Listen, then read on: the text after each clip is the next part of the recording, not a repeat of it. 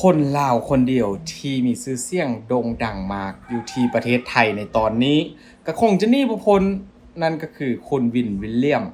นักขายออนไลน์ที่ชื่อดังของคนลาวของประเทศลาวนั่นเองทุกคนล่าสุดทำเอาชาวสวนทุเรียนไทยถึงกับอึ้งกันเลยทุกคนเพราะว่าคุณวิลเลียมนะทุกคนเข้าได้เอาทุเรียนของเกษตรกรไทยมาช่วยค่าย โดยที่บ่หวังผลตอบแทนหยังเลยค่าคอมมิชชั่นเนี่ยก็บ่เอาทั้งนั้นทุกคนเพราะว่านุ่มวินเขาอยากจะช่วยเกษตรกรไทยฟรีแต่ที่น่าตกอกตกใจทุกคนหลายคนถึงกับโอ้โหพูดไม่ออกเลยนั่นก็คือยอดค่ายของคุณวินที่ว่าเข้าได้เอาทุเรียนของเมืองไทยเป็นทุเรียนแบบเกรดดีๆพรีเมียมนะทุกคน มาค่ายอยู่ในช่องทางของตัวเองแป๊บเดียวพี่น้องยอดค่ายเงินถล่มทลายเดี๋ยวเราได้ฮู้กันแน่นอนว่าเขาจะสร้างยอดเงินในการค่ายครั้งนี้ได้กี่ล้านบาทและก็ค่ายภายในกี่นาทีกี่ชั่วโมงทุกคนเดี๋ยวเราไปรับชมคลิปพร้อมกันเลยทุกคนไปนี่เลยทุกคนนุ่มวินวิลเลียมที่ว่าเป็นนักค่ายออนไลน์ที่ว่าโคตรเก่งแล้วก็ซื้อเสียงโด่งดังมากในตอนนี้อยู่ที่เมืองไทยทุกคนซึ่งว่านุ่มวินนี่ก็เข้าเป็นคนลาวนะทุกคนที่จริงแล้วนุ่มวินนี่เข้ากับเป็นคนจังหวัดเดียวกับเปาพิมพ์เลยนะทุกคนเกิดอยู่ที่จังหวัดเดียวกันนะนี่เลยทุกคนเข้าก็ได้ไปบุกสวนทุเรียนของพี่น้องชาวไทยของเกษตรกรไทยเองโดยตัวเองนะไปทำคลิปทำคอนเทนต์โปรโมทก่อนที่ว่าจะมีการเอาทุเรียนมาค่ายอยู่ที่ไลฟ์สดของตัวเองนะทุกคนแต่ที่ทุกคนได้เห็นนี้ทุเรียนแต่ละลูกนะทุกคนโบแมนลุ้นแบบเกรดต่ำๆนะนี่คือเกรดพรีเมียมเกรดดีๆทั้งนั้นและเป็นทุเรียนซื้อดังของเมืองไทยเป็นผลไม้ที่ว่าดังอยู่แล้วของเมืองไทยนะมีการส่งออกต่างประเทศหลายประเทศกันเลยนี่ทุกคนการเคลื่อนย้ายการขนส่งกับคุณวินเข้าได้มาอยู่ในทุกเหตุการณ์ทุกช่วงเวลาจริงๆทุกคนนี่เลยนะคุณวินก็ยืนอยู่ท้ายรถหัวลากนะทุกคนทุเรียนที่กำลังขนส่งไปนี้ก็จะไปที่โกดังจัดเก็บที่ว่าจะมีการคัดไว้นี่เลยทุกคนเพราะว่าคุณวินเข้าก็ได้ไปคัดเองทั้งที่จำนวนทุเรียนนี้เห็นแล้วทุกคนตกอกตกใจนะเป็นล้านลูกที่ว่าเข้าได้มาค่ายซวย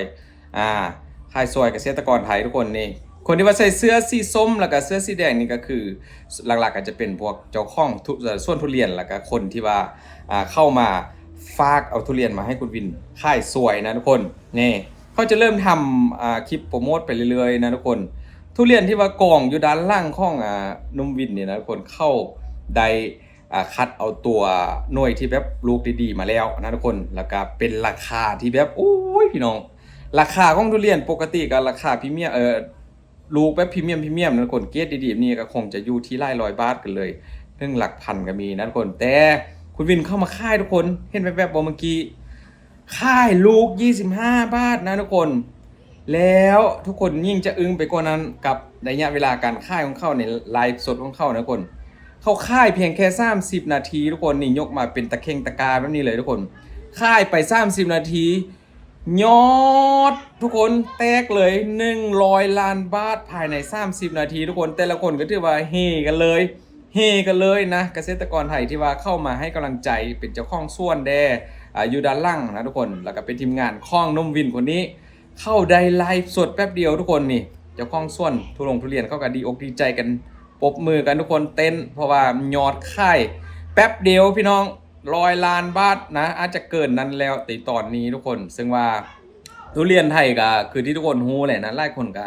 อยากจะกินโดยเฉพาะกับแม่นนักท่องเที่ยวชาวต่างชาติทุกคนต่างหลายๆประเทศชาวจีนยังกับประมาณนี้ที่ว่าเข้ากับอยากกินทุกคนแต่นี่ก็คือแบบค่ายให้เฉพาะพี่น้องชาวไทยด้วยกันเองนะหลักๆก็คือค่ายให้พี่น้องชาวไทยด้วยกันเองในไลฟ์สดของนุ่มวิลเลียมที่ว่าเป็นนักค่ายออนไลน์ชื่อดังของคนลาวของประเทศลาวนะทุกคนซึ่งว่าหลายคนก็คงจะลุ้นแบบใจจดใจจ่อแล้วเพราะว่าก่อนหน้านั้นก็มีการ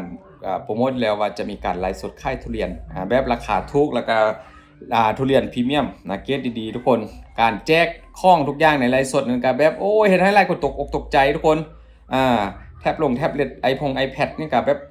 ปล่อยกันไปแบบรัวๆกันเลยทุกคนนอกจากนั้นนะทุกคน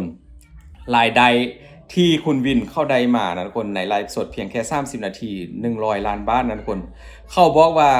เข้าบ่หักเอาจากบาทเลยทุกคนนะแม้แต่1 บาทเขาก็จะบ่เอาค่าคอมมิชชั่นเขาก็บ่เอาทุกอย่าง เข้าอยากจะช่วยเกษตรกรอยู่ที่เมืองไทยฟรีทั้งหมดทุกคนนี่ก็เป็นยอดขายแบบถล่มทลายจริงๆนะทุกคนพอมาผ่านมาเขาก็เคยทำได้เยอะกว่านี้ภายในเวลาแบบสั้นๆไม่เพียงแค่นาทีกี่นาทีนะทุกคนและล่าสุดก็สร้างปรากฏการณ์ใหม่ให้กับเกษตรกรไทยให้กับพี่น้องชาวไทยคนลาวได้อึ้งกันเลยกับการขายทุเรียนแบบใหม่ในยุคที่ว่ามันเปลี่ยนไปนะทุกคนนี่ทุเรียนแต่ละลูกที่ว่าเข้ามาก็เขาจะคัดสั้นแบบโอ้โหเป็นลูกใหญ่ๆโตๆนี่เลยทุกคนนะผู้ด้านในก็คงจะแบบโอ้โหเน้นๆอยู่แล้วนะทุเรียนไทยเพราะว่าแต่ละส่วนก็มีการแบบคัดสั้นไส้พันธุ์แบบดีๆมาปลูกกันแล้วโดยเฉพาะกันม่อนทองเนี่ยประมาณนี้ทุกคนนอกจากนั้นทุกคนหลังจากที่ไลฟ์สดแล้วก็คือทีมงานใส่สุดสีส้มนะทุกคนแล้วก็รถที่ว่าเป็นรถข้นทุเรียนสีส้มนี่ทุกคนเกียมบรรจุส่งไปที่ลูกค้านะทุกคนลูกค้าแต่ละคนที่ว่ามีการออเดอร์ในช่วงที่คุณวินเข้ามาช่วยค่ายไลฟ์สดนะทุกคนซึ่งว่ารถแต่ละคันที่ทุกคนเห็นนี่ก็จะหล่อท่านะทุกคนเกียมแพ็คใส่กล่องนะทุกคนเห็นบ่จะมีทีมงานเข้ามารอแล้วก็มีเจ้าของส่วนผลไม้ที่เข้าเอาทุเรียนมาส่งมาแล้วทุกคนถือว่าทำงานแบบทางกลางวันกลางคืนกันเลยนี่เกียมบรรจุใส่ในกล่องเพื่อจะเกียมส่งไปให้กับลูกค้าแต่ละคนที่ว่าเข้าซื้อผ่านคุณวินในช่วงที่เข้าไลฟ์สดที่ผ่านมานะทุกคนเยอะมากๆเยอะจริงๆเขาบอกว่าเป็นล้านลูกเพราะพิมพ์กันอย่างโบยักเสื้อทุกคนแต่ก็คงจะจองเสื้อแล้วเพราะว่ามันค่ายแป๊บเดียวนะคนค่ายแป๊บเดียวมันก็หมดแล้วนะเพราะว่าเขาค่ายเก่งอยู่แล้วแล้วก็มี FC ติดตามเยอะนี่คืออิทธิพลของโลกโซเชียลในตอนนี้ทุกคนก็คือนุ่มวินสาวลาวที่ว่าเป็นนักค่ายออนไลน์ซื้อดังอยู่แล้วเขาก็ได้ไปทำธุรกิจเกี่ยวกับการค่ายออนไลน์อยู่ที่เมืองไทยนี่แหละล่าสุดก็สร้างปรากฏการณ์นั้นคนและไล่แบรนด์ก็มีการติดต่อมาให้ค่ายอยู่ตลอดแต่ล่าสุดเข้ากับข้อซวยเกษตรกรไทยฟรีก่อนกับการค่ายทุเรียนจำนวนนับและไล่ลูกแบบนี้ทุกคนเห็นบ่ถือว่าทีมงานแต่ละคนนี้ทำงานแบบไม่ได้หลับไม่ได้นอนนะไม่ได้พักผ่อนทุกคนแต่ว่าก็ทำโดยใจเพราะว่าทุกคนก็ช่วยเหลือซึ่งกันและกันนะนี่มีการค้นเอาทุเรียนที่ว่าบรรจุใส่กล่องแล้วทุกคนก็ขึ้นรถบรรทุกเกี่ยมไปส่งให้กับคุณลูกค้านะแต่ละคนที่ว่ามีการค่ายมีการสั่งซื้อมาช่วงที่ว่าเข้าไลฟ์สดค่ายทุกคนเห็นบ่ทุเรียนแต่ละลูกทุกคนอยากให้คนสังเกตเลยว่ามันเป็นลูกเกือบเท่ากันทั้งหมดเลยแต่ว่าเขาค่ายอยู่ในไลฟ์เพียงแค่25 บาทต่อลูกทุกคนเพราะพิมก็ยังงงนะเขาได้กำไรอยู่จากจุดไหนวะทุกคน25 บาทต่อลูกปกติกับลูกนึงก็จะอยู่ที่ประมาณสัก200-300ขึ้นแล้วใช่ไหมถ้าว่าเป็นแบบแนว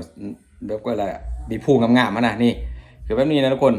เข้ากับเกียมกล้องเกียมอะไรมาให้ดูพร้อมทุกคนนี่กระด้านล่างก็จะเป็นเกษตรกรที่ว่าเข้ามาช่วยแล้วก็เป็นเจ้าของส่วนนะเข้ามาออกไลฟ์สดด้วยนะทุกคนสร้างปรากฏการณ์ที่แบบเฮ็ดให้แต่ละครั้งนะทุกคนเฮ็ดให้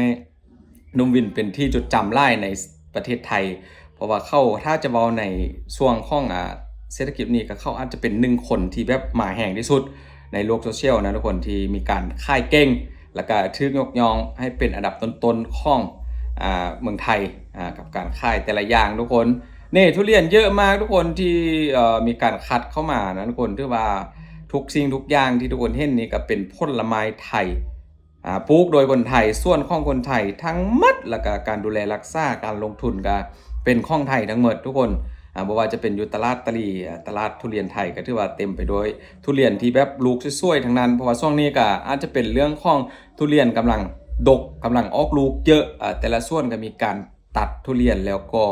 เอามาค่ายเอามาจำหน่ายกันทุกคนอยู่ที่เมืองลาวอยู่บ้านของป้าพิมพ์ตอนนี้ที่ป้าพิมพ์อยู่นี่ก็ทุเรียนนำเข้าจากเมืองไทยก็มีเยอะมากทุกคนแต่ป้าพิมพ์ต้องยอมรับเลยว่าถ้ามาค่ายบ้านของป้าพิมพ์ในราคาค่อนข้างจะสูงนะทุกคนสูงจริงๆนะถือว่าหลายร้อยเด้อเป็นหลักพันบาทก็มีนี่จุดที่ว่าเข้าเก็บเกี่ยมส่งให้ลูกค้าทุกคนก็คือโกดังใหญ่ๆนี่เลยกับทุเรียนไทยที่ว่าเป็นที่รู้จักของคนทั่วโลกนะทุกคนโดยเฉพาะก็เป็นชาวจีนที่ว่ามีการสร้างในแต่ละปีคนจีนเขาชอบกินอยู่แล้วนะกับทุเรียนไทยทุกคนเพราะว่ามันแซ่บมันอร่อยแล้วก็เนื้อแน่นนะผู้ใหญ่ๆแบบนี้เลยแล้วที่สร้างปรากฏการณ์คือว่าพิมพ์ได้บอกตลอดทุกคนก็คือของเรื่องของนุ่มวินที่ซอยเกษตรกรไทยฟรีทุกอย่างไปดูทุเรียนเองไปดูส่วนทุเรียนเองแล้วก็คัดสั้นโดยตัวเองช่วยทุกอย่างตั้งแต่เริ่มต้นตั้งแต่การตัดทุเรียนนั้นคนค้นมาที่จุดที่ว่าเขามีการไลฟ์สดค่ายข้องนั่นเองทุกคน ชื่นชมจริงๆว่าหิวข้อชื่นชมนะคนลาวคนเดียวที่ว่าสร้างปรากฏการณ์ให้หลายๆคนจดจำแล้วก็เป็นที่ฮักข้องคนไทยหลายๆล้านคนในตอนนี้นะทุกคนเรื่องราวดีๆทุกคนวันนี้ก็ข้อนำเสนอคนที่ว่าเป็นคนลาวนะทุกคนเก่งๆคือคุณพิมพ์คุณวินนะทุกคนขอบคุณหลายๆทุกคนขอบคุณจริงๆเด้อเดี๋ยวจะมีหยังใหม่ๆก็จะเอาคลิปให้ทุกคนมาดูเรื่อยๆนะทุกคนขอบคุณหลายๆบ๊ายบาย